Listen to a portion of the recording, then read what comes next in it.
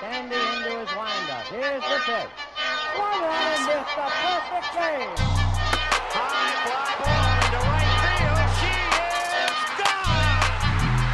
In a year that has been so improbable, the impossible has happened. Fernando Valenzuela has pitched a no-hitter. Thank you, Kershaw. This is a no-hitter. It is gone. It is a walk-off home run for Justin Turner. It's over. Muncy, a walk-off home run. This is way back. Walk 'em off. Chris Taylor.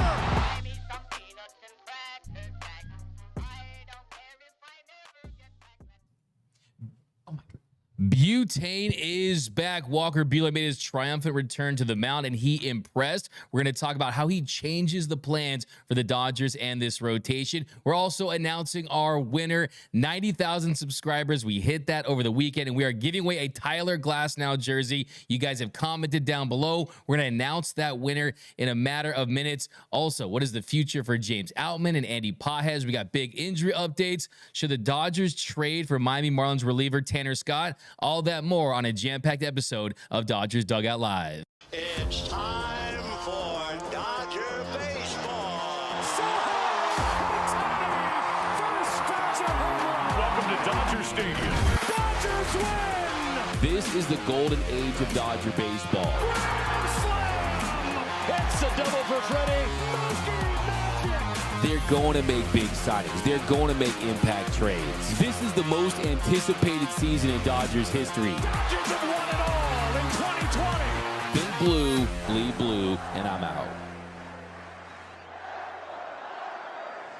What is up, Dodgers Nation? Doug McKain here, credential member of Dodgers Media. You can follow me on X and Instagram at DMac_LA. Now, if you haven't yet, do us a huge favor and subscribe to the #1 Dodgers YouTube channel. Join the party and hit that subscribe button, hit that notification bell, hit that like button. Just hit 90,000 subscribers. And because of that, we are giving away a brand new, authentic Tyler Glasnow jersey. Now, if you commented done in the past, if you commented Tyler Glasnow, you were entered in to win. And we're doing tons of giveaways this entire season. We're announcing our 95K giveaway soon. If you want to be eligible for that, comment done down below. Also, our biggest giveaway ever is coming at 100K. We're going to announce that at some point. So get hyped for that one. That's going to be our biggest one ever. But first, of course, this show, Dodgers Dugout Live, is brought to you by our friends over at BetOnline. BetOnline is your #1 source for all your summer sports this season, from Major League Baseball, golf, to the NBA and NHL playoffs. All the latest stats, news, and scores available to follow your teams. Get the latest odds and lines, including the latest from team matchups, player props, and odds on just about every sport out there.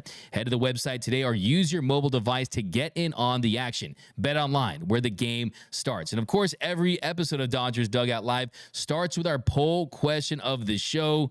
I asked you guys over on the X, how concerned are you about the Dodgers injuries? You have Evan Phillips and Ryan Brazier and Brusdar Graterol, now Joe Kelly, all on the IL. We're going to talk about that in a little bit. It seems like every season you got these injuries that start to pile up. Well, currently the poll right now, 14% of you say very, 40% of you say semi-concerned, 34% say a little, and 12% of you say not. So it is definitely something to monitor. You definitely have a good amount of injuries, especially to those bullpen arms. We're going to talk about those.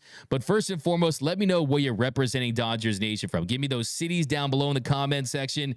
Few minutes here, we're going to announce the winner of that Tyler Glasnow jersey. Very excited to do that. We got Trade Lux from Mac Cheese. Hey, man, I love Lux, man. Lux is starting to hit. He's hitting over 300 last 7 games, but we're still a little premature on that.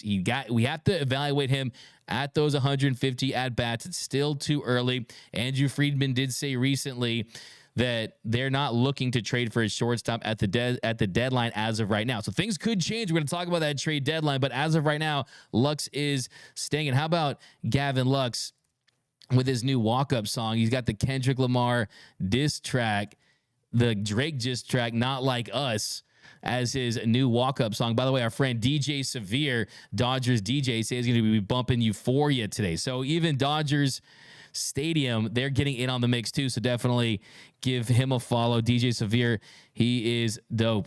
But let's go down below in the comment section. We got 626 La Puente from Pablo. We got Fig 816 Sacramento, California. Will Smith MVP. Rancho Cucamonga, home of Mariachi Joe. That's from TJ Martinez. I love those jerseys. One of the coolest minor league jerseys you're ever going to see. The Mariachi Joe inspired jerseys for the Dodgers minor league affiliate. We got Steven Blevins from Visalia, California. We got Jesse Gonzalez. Outman's days are numbered despite last night's dinger. So stay tuned. We're going to dive right into that topic in a little bit. Got some thoughts on that.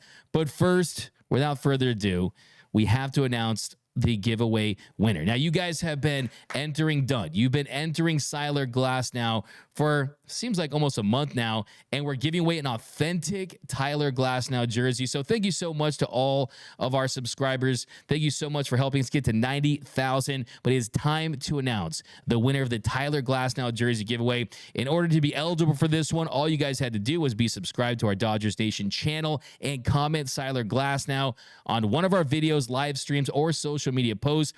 Make sure to comment done in the comment section now to be eligible for all of our bigger giveaways that are on the way soon. And without further ado, drum roll, please.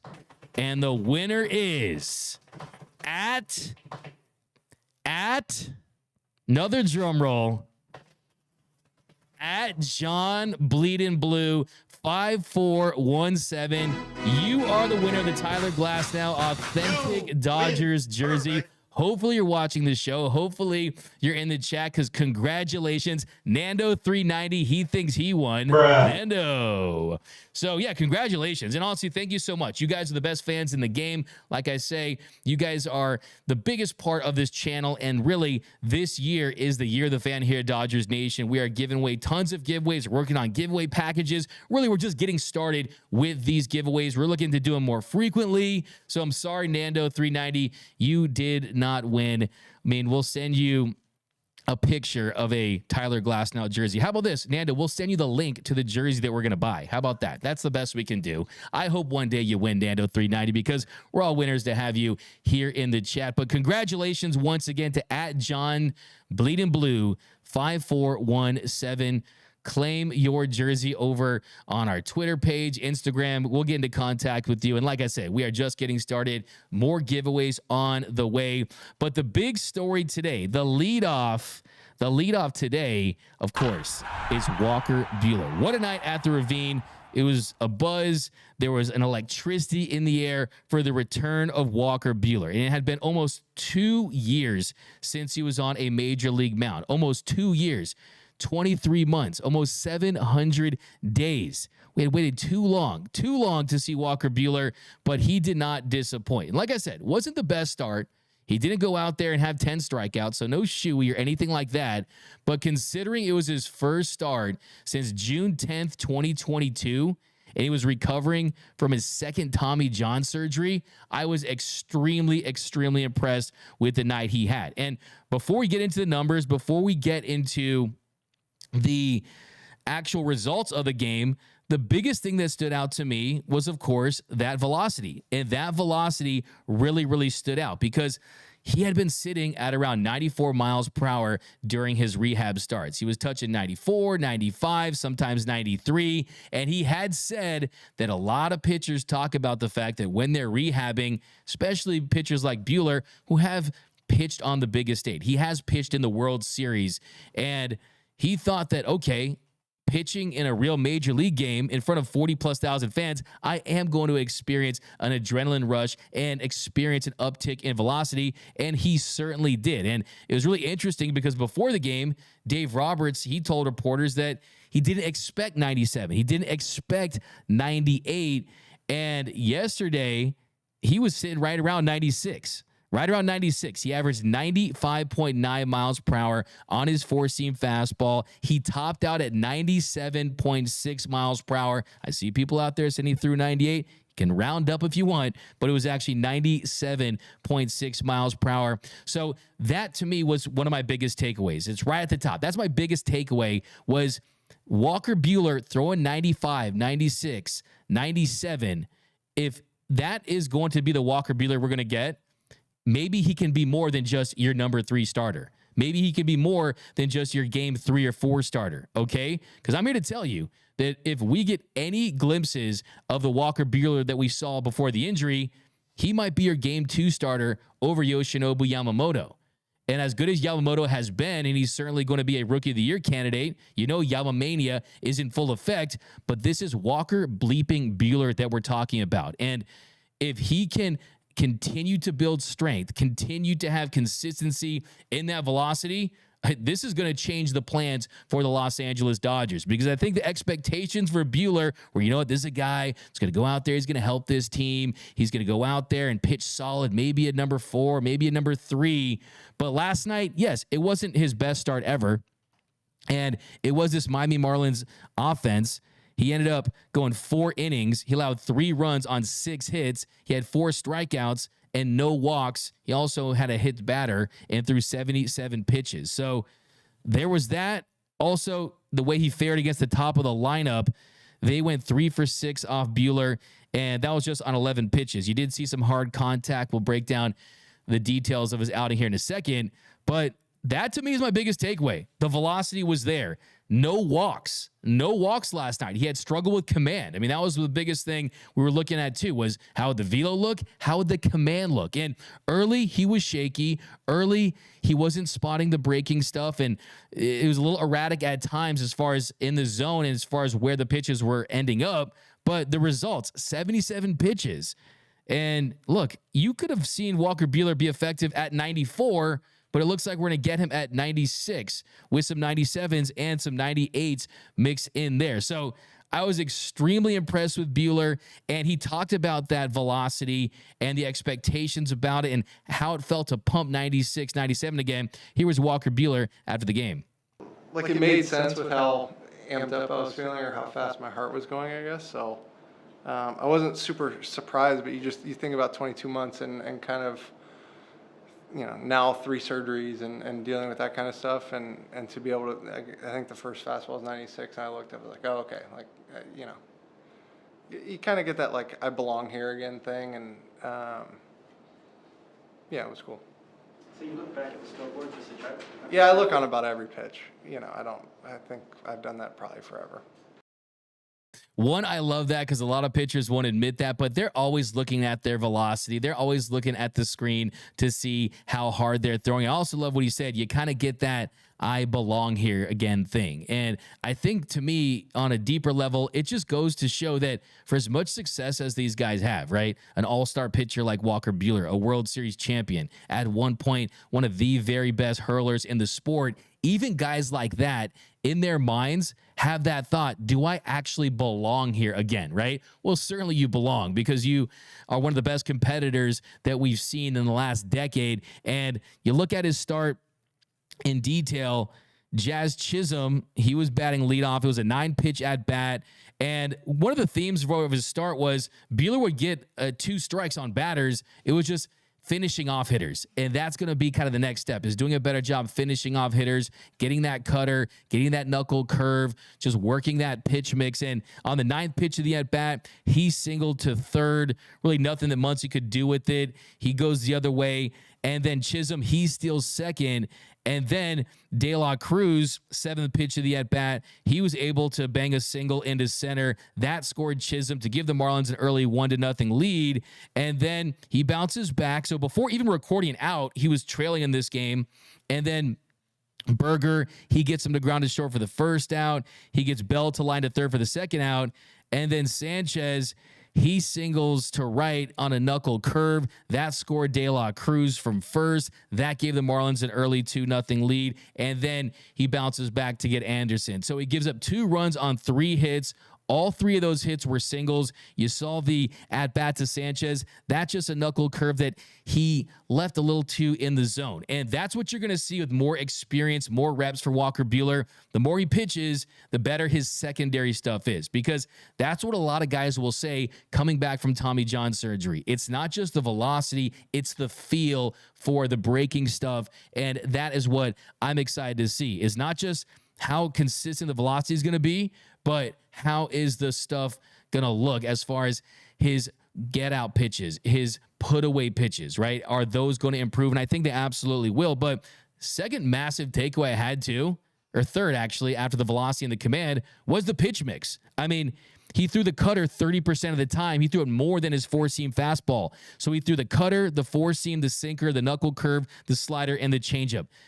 He's a pitcher, not a thrower, right? He's an outs getter, not someone who we saw when he first stepped on the scene that told reporters, hey, punching guys out is my thing. That's not who he is. So I'm proud of the fact that Walker Buehler is committed to reinventing himself, right? We saw the big fatal mistake that Noah Syndergaard made, and he was cinder gone, right? Because he tried to be the guy that he was in the past. He was chasing velocity. That's not the case for Walker Buehler. He knows that he's going to be most effective by putting the ball in play, trusting his defense.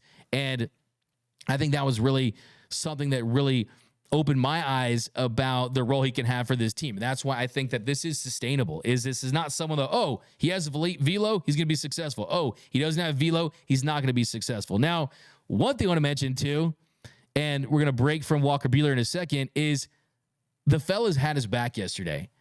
Shohei Ohtani, first inning, Dodgers down. What does he do? 2-2 count.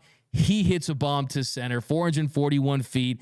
That ties the game because it was after a Mookie Betts walk. So just like that, that game's tied. And then Freddie Freeman, he follows that off with a solo blast of his own. It's the first time the Dodgers had gone back-to-back this season. And then later in the game, when he was trailing again, James Outman, he ends up, when the game was tied, James Outman, he ends up hitting a 2-run home run after a Gavin Lux walk that put the Dodgers up for good 5-3. So this Dodgers team is a different team. This is the most complete Dodgers team I've seen in years from a starting pitcher to offensive standpoint. I mean, we saw it yesterday. 2-run deficit, cool. Rusty pitcher, cool. Just like that, game's tied. 2-run shot by Shohei Ohtani. Oh, game's tied? How about that? Let's take the lead on a solo shot from Freddie Freeman. So let's give our guy the lead. Let's give Walker Buehler the lead coming out there for the second inning. Oh, you know what? Buehler gives up a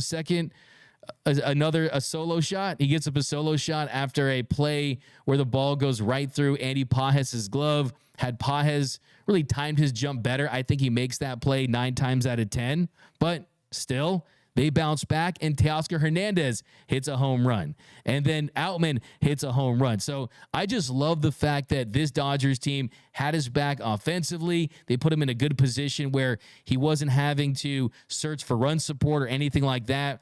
And then in the second inning for Buehler, I mean, he comes out there, and he gave the home run to Gordon. Could have been caught by Pages. Would have been a great play. And then you had the error by Buehler at first that allowed a runner to reach. But then he strikes out Fortes with a sinker looking in the zone.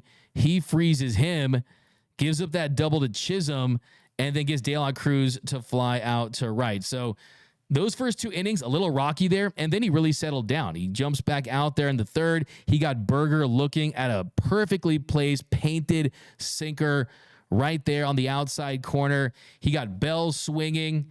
There's another perfectly painted sinker right there. And you see the moxie. You see the mindset to go out there and attack hitters on the corners. Beautiful, beautiful pitch.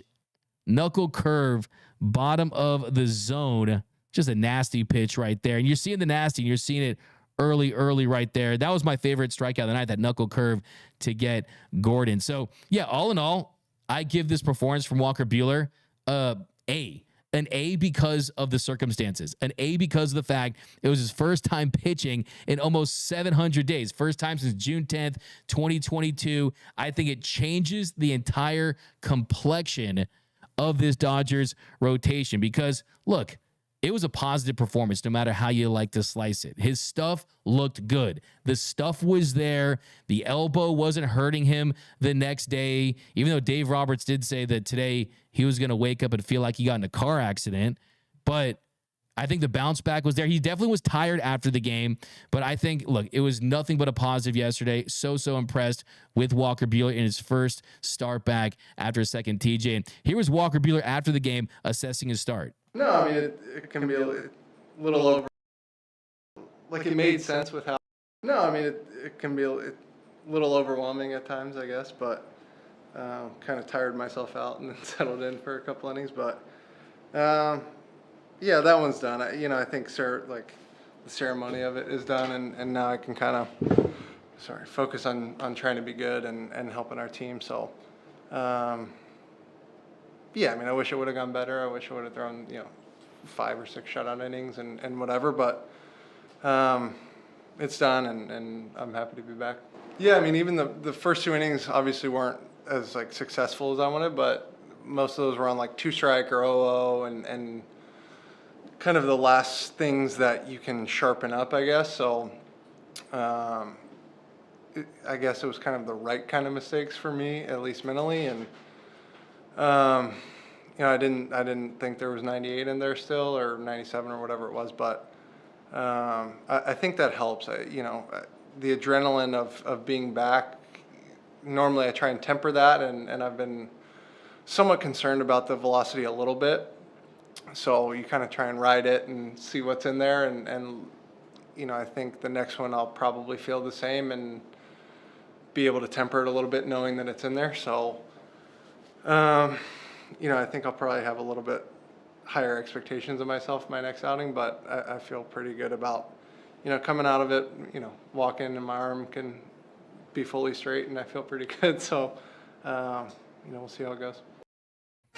So a big up for Mr. Walker Buehler. Now the other question too is, will he be back with the Dodgers next season? Is this the last year of Walker Buehler for LA? Well, you look at where it sits right now.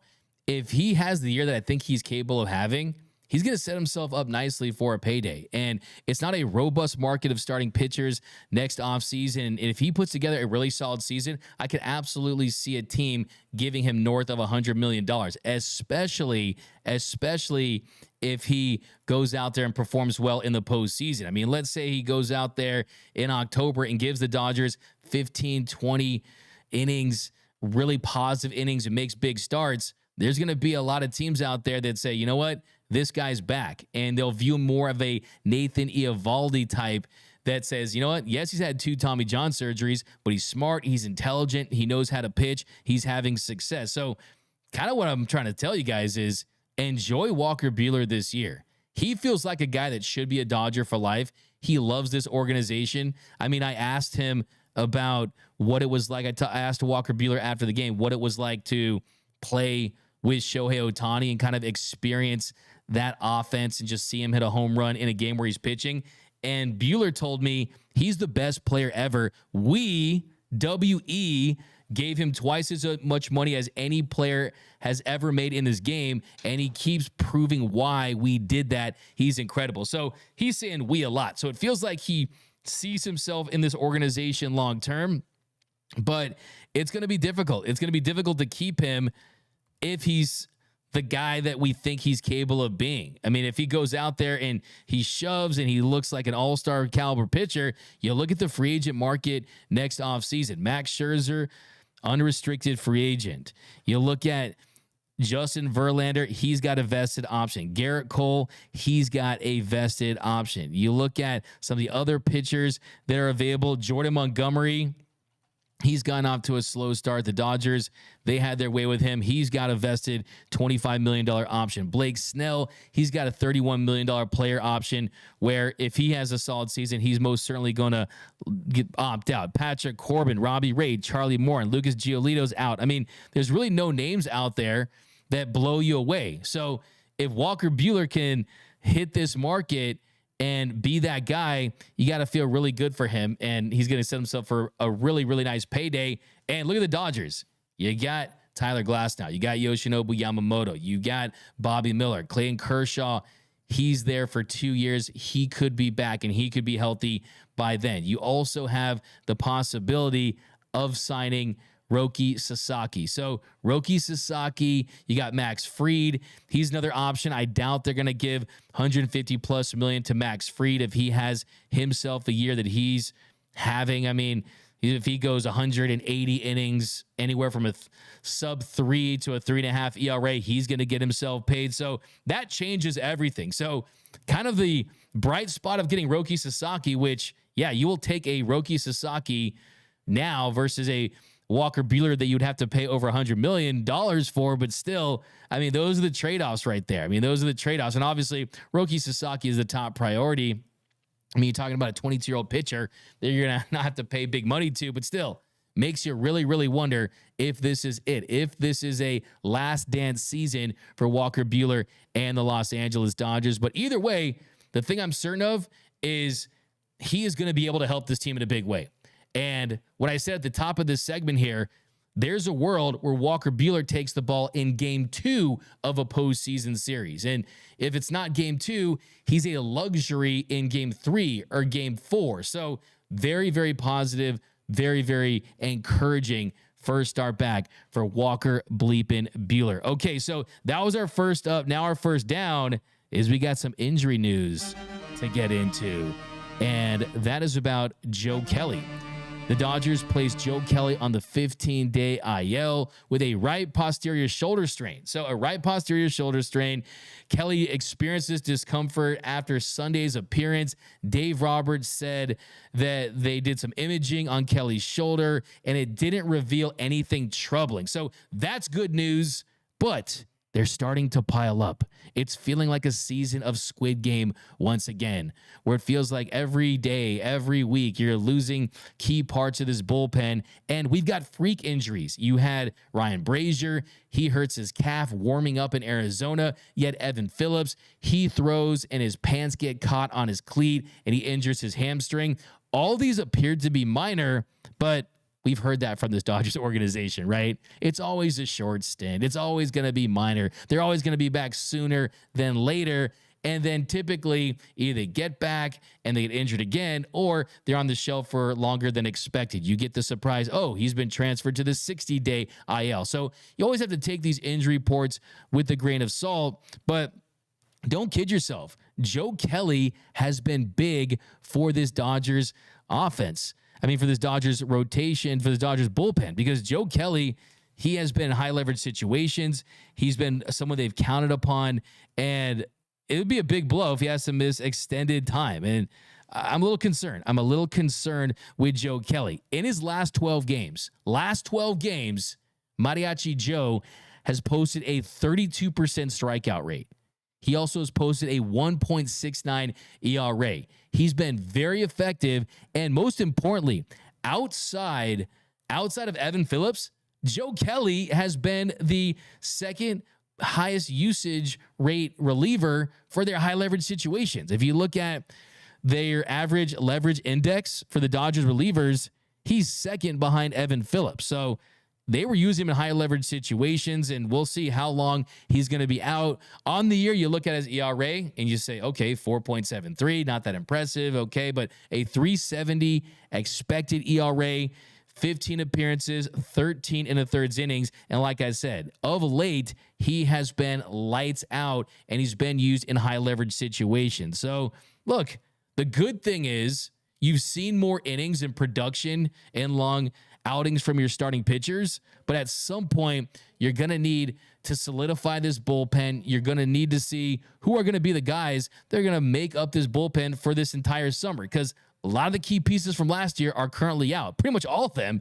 Brusdar, Evan, Phillips, and Ryan Brazier. Their top 3 relievers are out right now. Hopefully it's nothing serious, but like I said, you got to tip your hat to that starting rotation. If you look at the starting rotation, Dodgers pitchers have gone at least 6 innings in the last 4 games before last night, and then they've gone 7 innings in the last 11. So that's really good. That's really good production, not taxing that bullpen and giving them a chance to breathe. So that's a big one. Another injury update, Bobby Miller, he threw a bullpen session on Friday. Very, very encouraging stuff. I talked to Bobby Miller. He's feeling better.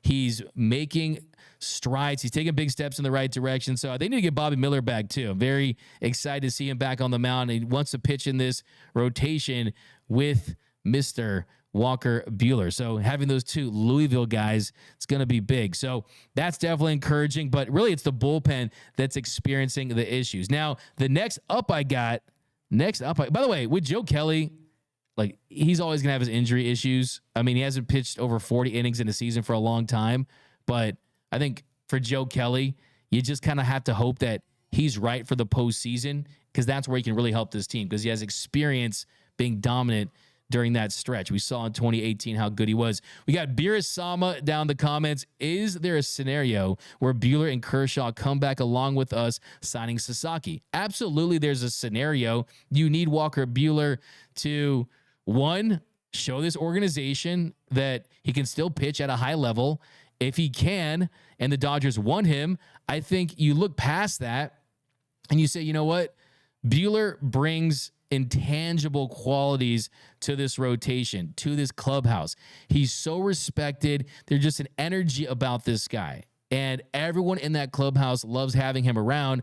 And I think it just comes down to, do they want to pay him? I asked Walker Buehler before the season started if, after the signing of Yamamoto and the trade for Glasnow, made him feel any type of way about his future with the organization. And he told me with a big smile that it's up to them. So that tells me that he would want to re-sign with the Dodgers. It's just about, do they want to invest? Because it's almost a situation where the better he pitches, the less likely he probably comes back, right? Because if he pitches well, there's no reason why he can't go out there and sign with a team like the Cardinals, or just teams out there that need starting pitching. Starting pitching is at a premium. And I think if I'm a team out there too, I'm saying to myself, look, I mean, this is a guy already has had his second Tommy John surgery. He's going to be fresh. He's going to have 2, 3, 4 really good years for us. So yeah, I think it's a kind of a double-edged sword, right? I mean, it's the gift and the curse, right? I mean, the better he pitches, I think the less likely he'll return. But let's say he doesn't pitch up to his standards, maybe takes a shorter-term deal, comes back with the Dodgers. You see that depth, but they're going to need a 6-man rotation next year anyway because of Shohei Ohtani returning to the mound. But you get Roki Sasaki, that's already 4 aces, potentially 5 if you include Bobby Miller, and the return of Clayton Kershaw. You still have Gavin Stone and Landon Knack, and it's just a very crowded starting rotation, and they've been reluctant to commit to a full-blown 6-man rotation. So those are pretty much the factors right there. Philip Subia, Walker looks so anxious at times, kind of rushing himself for no reason. Philip Subia, that's a fire take right there, because I agree with you 100%. I think that could have been because of the pitch clock. Look, I mean, he had pitched with the pitch clock at the minor league level, but never at the big league level. So maybe he was rushing a little bit. I thought Oral Hershiser, who is just a pitching genius, pitching savant, what he said about Walker Buehler planting his leg and him releasing the ball simultaneously as the leg was planted, that was a sign that, yeah, maybe you're rushing. And maybe in those situations, because of doing that, you want to kind of wait a little bit. Yeah, you want to plant and then throw, and then you're not using as much arm. So I think that there were a lot of indications last night that, yeah, look, I mean, it's only natural, right? It's understandable considering where he was at. I mean, just look at that. I mean, a lot of arm right there, but you still saw the classic Walker Buehler delivery. We got Golf Crouch. Any concern about how many Dodgers pitchers have had Tommy John surgery? Look, like Billy Bean said, there's 2 types of pitchers, ones that have had Tommy John and ones that will have Tommy John. And unfortunately, almost 40% of the league is going under the knife. So it's really just inevitable. And I almost would rather have guys that are post Tommy John than ones that you fear could experience it one day. So we've seen the Dodgers, they're willing to draft. Look at Walker Buehler is the perfect example, right? The reason why he fell to them was because his arm was injured, and they were willing to go through the process of him working his way back. We got Golf Crouch. We got Lawrence Jerez. Once Buehler settled down, he looked very good. Can't wait for his next start. I'm gonna give you a let's go Dodgers. Is Gonsolin even on this team anymore? Yeah, he's gonna be out for the entire season. But yeah, he's been in the dugout. Pablo Ramos, I just want the Dodgers not to heat up too early in the year like previous years. Pablo Ramos, it's funny that you bring that up because I was thinking that yesterday. Oh man, they can't help themselves. This Dodgers team cannot help themselves. They're going to win 110 games and they're going to peak too early and this and that. But remind yourself when that doubt And when that fear starts to creep in, remind yourself that you have Shohei Ohtani, you have Teoscar Hernandez. We have not seen this group with this level of talent in the postseason collectively. So don't forget that, okay? So I know a little PTSD, but don't forget that. We got Juan Jimenez fire take. Miggy Rowe hits a towering home run over Jazz Chisholm Jr. I like that, Juan. I like that. Yeah, Jazz Chisholm, man. That is we need to see that. We need to see them fight. We need to see, I mean, they're like the Kendrick and Drake of baseball heading into the season with the beef they had. So we got the Strider, hear you. Dodgers Nation, remember when people complained about Will Smith's catching? I don't know. Every year he's gotten even better. Any complainers out there? He's fantastic. I mean, he threw a runner out last night. The framing, the game calling, he's completely improved, and he's one of the complete catchers in the game. And yeah, he's outstanding. But we got whatever on YouTube. Page's got to stay if producing like Puig, Belly, and others. Outman still shaky, and Hayward over the hill. I think Pages wins and deserves a starting spot now. Okay, let's dive into that one because it was a big night. So this will be the next up right here, and that is, will Andy Pages stay up? Well, I think right now it comes down to James Outman and Andy Pages, unless they are going to phantom IL Chris Taylor, and that's dangerous. I mean, you could also IL James Paxton. There's a lot of guys that you could potentially IL, but let's not forget when Billy Epler, when he's with the Mets, he was suspended for fabricating injuries. So it's dangerous. You definitely don't want to play with that if you can avoid it, right? And really, I think the most obvious choice is James Outman being optioned. But looking at James Outman, yes, he's gotten off to a slow start this season. Yes, he's someone that you could absolutely send down. But let's not forget, this is also the same James Outman that finished top 3 in Rookie of the Year voting. But on the year, look, it's a results-based business, and he's hitting 169, has a 267 on base, 303 slug in 29 games, has a 71 weighted runs created plus, so he's 29% below league average. But he did hit a home run last night, and it was his first home run since April 9th, when he homered in back-to-back games against the Minnesota Twins. He was 7 for his last 45. So he was slumping, man. He was slumping in a big way. But to see him hit a home run was a very good sign. And Dave Roberts talked about James Outman recently. He said James is really scuffling. He's in between. Uncertainty with his mechanics, uncertainty with his approach. When you're in that spot, it's tough to hit. And you could see that with James Outman during the at-bats. There's a lack of decisiveness, and you don't know if you should take a pitch. You don't know if you should sell out for a pitch. You don't know if you just want to swing to make contact. And I think that is something that he needs to just let go. Go out there, play your game. You'll live with the strikeouts if you're doing damage. I think with James Outman, if I'm Outman, I'm saying to myself, look, if I'm going to make myself $50 to $100 million in this league, it's not trying to hit 300. It's trying to hit 30 home runs, right? Try to hit 30 home runs and play above average defense, and you are going to get paid, and there are going to be teams out there that want your services. So I think that he's trying to avoid the slumps by being more contact oriented. But if I'm James Outman, I'm trying to hit one out, man.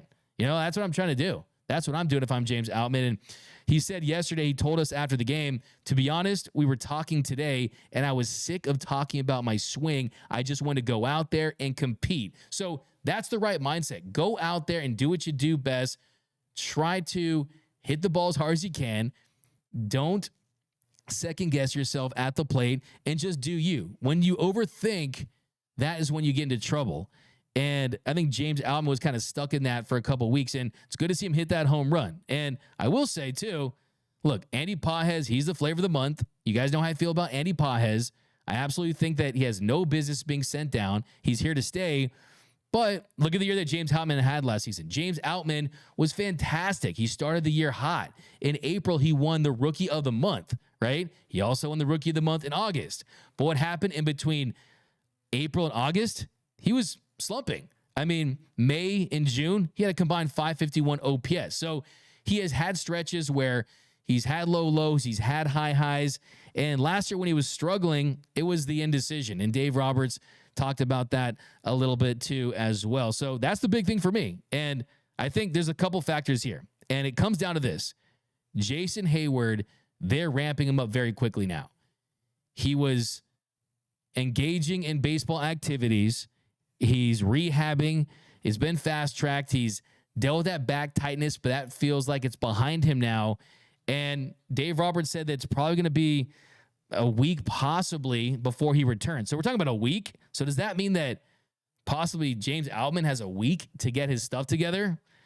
Makes you wonder, because I don't know if James Outman should be hearing the Jaws theme, but he really needs to go on a tear. He shaved. He had smooth skin. Tells me that he wanted to switch some things up because he knows that, hey, I could be optioned. And he started every game this season against right-handed starting pitchers, and he's going to get some opportunities because they're going to be facing a lot of righties. So I just want to see him get those opportunities, see if he can really figure things out, because he's a really good defender. He has pop. Is he better than Andy Pajes? Does he have the ceiling that Andy Pajes has? The answer is no, in my opinion. But he's definitely been a solidifying part of the outfield picture. And my fear for him is he just doesn't have a lot of time to prove, if they're going to go the option route, that he's going to be able to stay up. I mean, Jason Hayward, yesterday, I saw him taking batting practice. He was in the group batting practice session. He did it on Saturday. He's been taking at-bats with the Traject Arc pitching machine. They got this pitching machine that simulates live pitchers, so that fast-tracks the return process. So, yeah, they haven't assigned him to a rehab assignment. There's been no rehab assignment yet for Jason Hayward, and remains to be seen what the plan is for that. But I think James Outman's days could be numbered if he doesn't start to produce. Next up is, how about Ryan Yarbrough? Ryan Yarbrough, I'm going to show him love right now. Ryan Yarbrough, look, I'm starting a fan club. I'm calling us the Yarbroughs, okay? Are you going to join the Yarbroughs? Because that's what I'm starting today. Because Ryan Yarbrough is not getting the credit. He's not getting the love and appreciation that he deserves. And that's to be expected when you're on a star-studded team that includes Shohei Ohtani and Mookie Betts and Tyler Glasnow and Freddie Freeman and Yoshinobu Yamamoto. But Ryan Yarbrough has been massive for this team early on. And you saw last night, he's able to go in there, pitch 3 scoreless innings, get the job done. And like Dave Roberts said after the game, he is a Swiss Army knife. You can plug him in to certain situations in certain innings, and you don't have to worry about him. His unique pitching style, velocity-wise, it's the lowest in the league, right? Does not throw hard, but he misses barrels. He generates soft contact. He's got that deceptive delivery that keeps hitters off balance. And he's quietly put together a sub-3 ERA season. If you look at Yarbs, 30 innings so far. He's appeared in 10 games, has a 2.7 ERA, and he's gotten the job done. And I asked Dave Roberts after the game about Ryan Yarbrough, and here's what Yarbs had to say.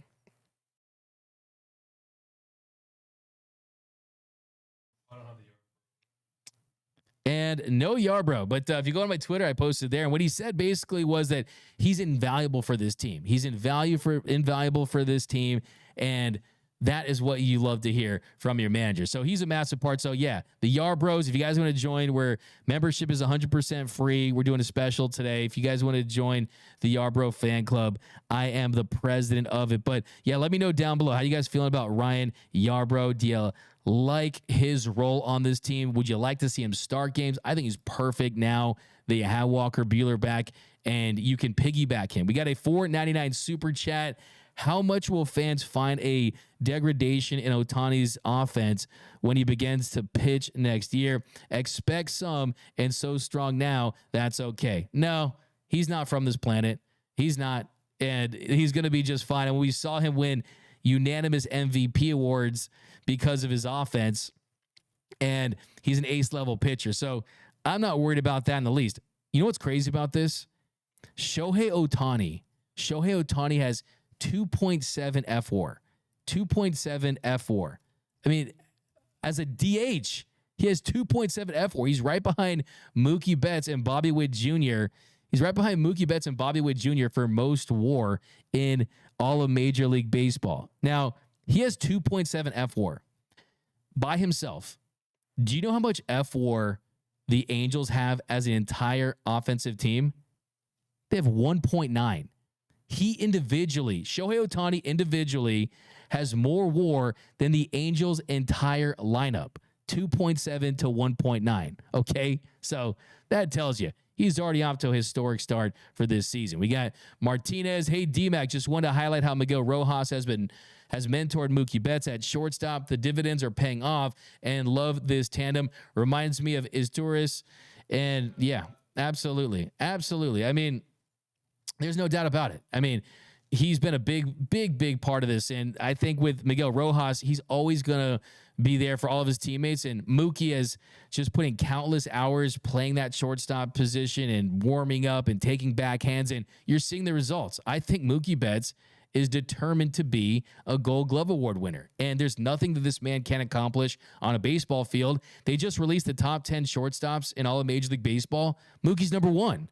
So to think that you have a shortstop that's producing like he has offensively, even if he plays league average, it's a major win. So next up is we're going to talk about Tanner Scott.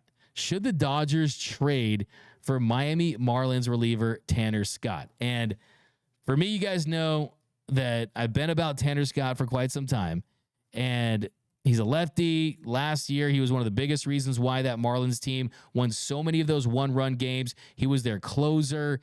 And what I'm going to do, because we know they're going to make trades, this Dodgers team, as good as this roster is, you're going to have some injuries, and they're going to do anything they can to improve this roster on the margins, or if they want to swing big, they have the prospect capital to do just that. So every team the Dodgers played this season, we're going to pick out one player from that team, maybe two sometimes, that I think the Dodgers should trade for. Well, for the Miami Marlins series, I'm going with Tanner Scott. And so far in the year, Tanner Scott has a 2.77 ERA in 13 innings of work. Now, the FIP is really high. It's at 5.53. The expected numbers aren't pretty at 5.92.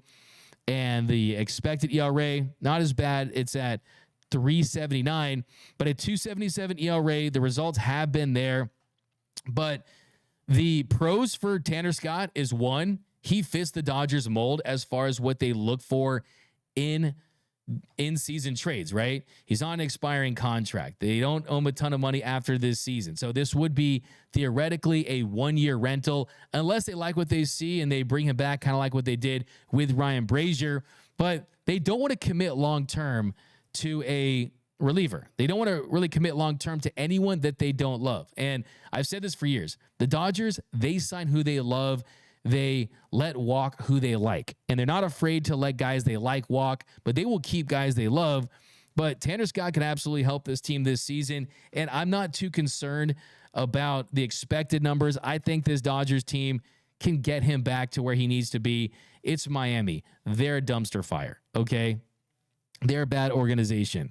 Alex Rancheria, D-Mac has been on Tanner Scott train all year. All 2 years, really. I mean, because, you look at what he could bring to this bullpen, a lefty.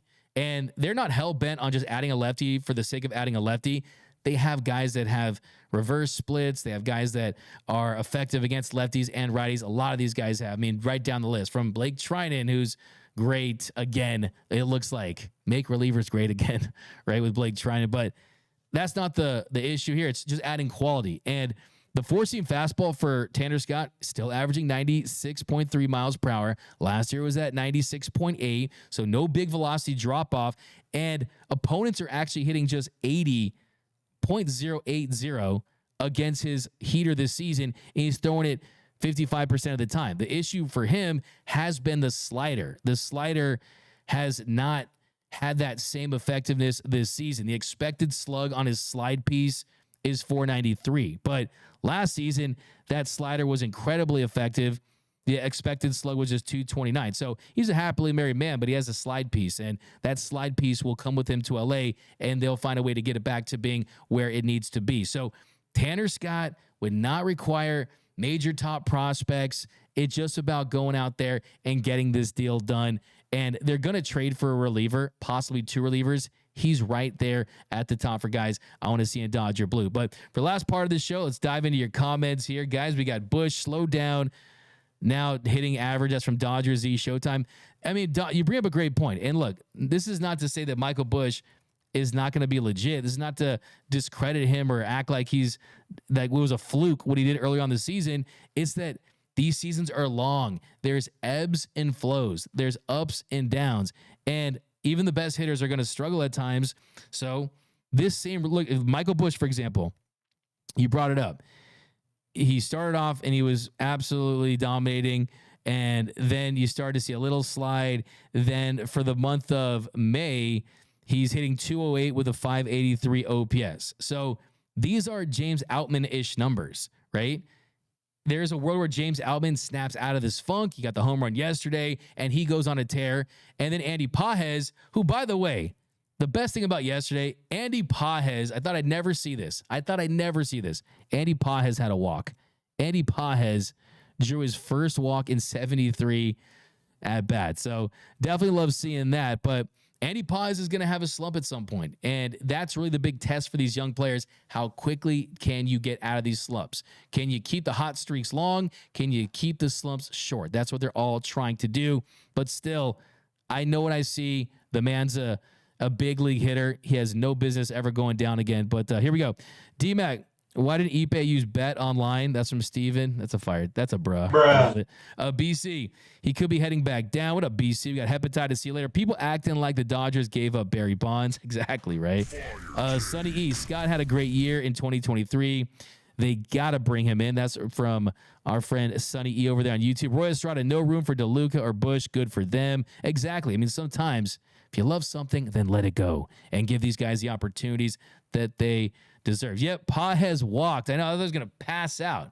I thought I was going to faint there. It was so great to see that. But Bush averaged 250. No on Soto. That's from GAF29. Alan Valentine, Yarbs eating innings like a Pac-Man. Yeah, we got a member of the Yarbrough, sounds like. You joined the club. Love it. Bond should have been an Astro. Hey, man. Cheaters wear orange. We know that. Kelly, Pages had a slump. He went 0 for 4. He's back already. Yeah, I wouldn't say 0 for 4 is a slump, but he has been consistent. And if he can add a little more play discipline and draw some more walks while also getting extra base hits and leaving the yard, hey, man, this is someone who could honestly, Andy Pages could be an all-star this year. That's not a ridiculous statement, okay? And it's a small sample size, and I guarantee you there's scouts around the league that are reviewing his at-bats and trying to target his problem areas and ways that they can get him out. But 18 games, 78 plate appearances, right? 78 plate appearances, hitting 319, has a 556 slug. He's been 54% above league average offensively, and he's also hit 4 home runs. So, yeah, Pages, he ain't going nowhere. So, some more comments here. We got, what do we got here? We got, give us Lance Lynn. Okay, that's a bruh. Oh, sorry, Kelly. I know. I mean, I know you're joking. What's up, Kelly? We got the Roy Rhodes extend Dave Roberts. Wow, a rare extend Dave Roberts.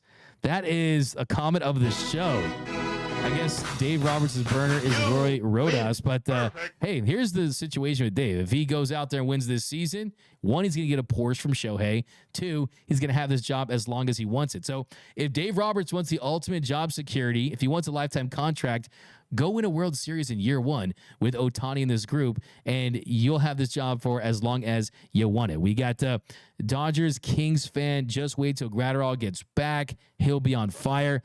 It's not going to be for a while, though. It's the thing. I mean, shoulder stuff, it's definitely concerning. And a little update on the poll. And as far as the concern level, yeah, it's not as concerning as I thought it was going to be. But, hey, still some of you guys... I see you put that quote up there, Noel. That looks great. And you use that video. Come on now. How concerned you guys about the Dodgers injuries? 17% say very, 39% say semi, 32% say a little, 12% say not. The not people are just very Mitchell out of half full. But yeah, you know, for me with the Dodgers, it kind of comes down to like sometimes I just check the injury report before the box score, right? So hopefully they can get healthy. Richard, what up, Richard Flores? Fire Roberts. You gotta love some Fire Roberts now. Then flooding with Fire Roberts. Hell no, Fire Roberts.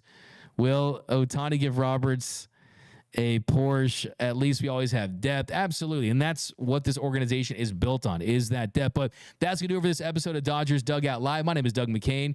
You can follow me at DMAC_LA. You can also follow me on IG, on X at DMAC_LA, also on TikTok. Also follow Dodgers Nation for all of our latest giveaways, everything we're doing here, news, articles. Go to dodgersnation.com and make sure you are subscribed to the channel. Like I said, guys, we are just getting cooking with these giveaways. I'm going to try to give you guys as much as I can. Hats, t-shirts, autographs, jerseys, lots of stuff coming your way. You just have to subscribe to the channel. Comment done down below. Dodgers King fan, you like that bro one? I got you. Bruh. But that's going to do it. And also, once again, congratulations to the winner of the Tyler Glasnow jersey, Mr. at John Bleeding Blue 5417. You are the winner. Hopefully, you claim this and you check in over on one of our social accounts. Thanks, Philip. Thanks, Eddie. Thanks, Jazz. See you guys next time. We're going to be tonight post-game show after the game. See you guys right after the Dodgers Marlins tonight. But that's going to do it. Remember, nothing brings together quite like Dodger baseball. And until next time,